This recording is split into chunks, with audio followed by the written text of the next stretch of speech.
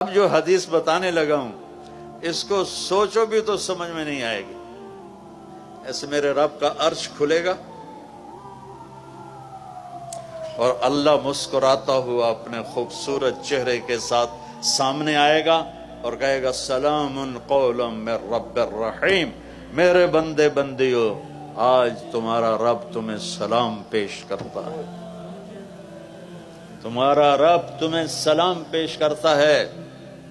تو پوچھے گا اللہ حل رضیتم، خوش ہو؟ کہیں گے یا اللہ موجاں لگ گئی ہیں، بڑے خوش ہیں. تو اللہ کہے گا کچھ مانگو، کہیں گے راضی ہو جا.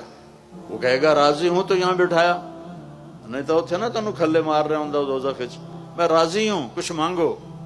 کہیں گے یا اللہ جب ہم لاہور میں تھے نا، نمازیں پڑھتے تھے پر بے ڈھنگی سی تھیں، ہمیں تو پتہ ہی نہیں تھا تو اتنا خوبصورت ہے، تو آج ہم تمہیں دیکھ کر ایک سجدہ کرنا چاہتے ہیں، تمہیں دیکھتے ہوئے ایک سجدہ کرنا چاہتے ہیں. ہائے ہائے ہائے. تمہارا رب کہے گا میرے بندو، لاہور میں تم میرے غلام تھے، میں آقا تھا. آج میری جنت میں تم میرے مہمان ہو اور میں میزبان ہوں، اور مہمان سے کام نہیں لیا جاتا. میں مہمان بن کے آیا ہوں، مجھے پروٹوکول دیا جا رہا ہے. تو اللہ کہے گا تم میرے مہمان ہو، کلو وشربو ہنیا بما اسلفتم فی الایام الخالیہ. جاؤ کھاؤ پیو موج کرو، تمہارا کوئی حساب نہیں ہے. میرے بچوں، ایک زندگی آگے آ رہی ہے، اس کی تیاری کرو. 5 وقت نماز پڑھو، میری طرح بسم اللہ سے کتاب نہ کھولو بلکہ واقعی کتاب کھولو. اور اللہ تعالیٰ آپ کٹھے لڑکے لڑکیاں پڑھتے ہیں، اپنی نظروں کی حفاظت کرنا سیکھو اور ایک حد اپنے درمیان قائم رکھو.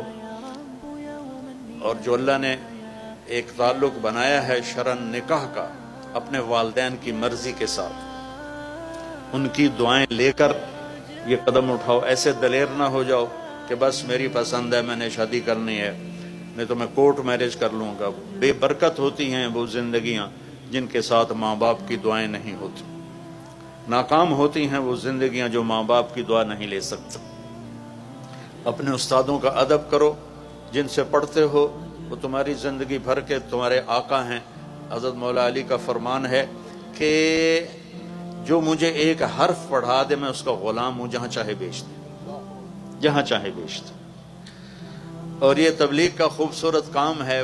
میری بسم اللہ یہاں سے ہوئی تھی، آپ کو بھی کہتا ہوں کہ 3 دن صرف جایا کرو جماعت، زیادہ نہیں. لانگ ویکنڈ آ جائے 3 دن، آج کل تو ویسے ہی 3 دن پڑھائی ہے، 3 دن بند ہے ایسی.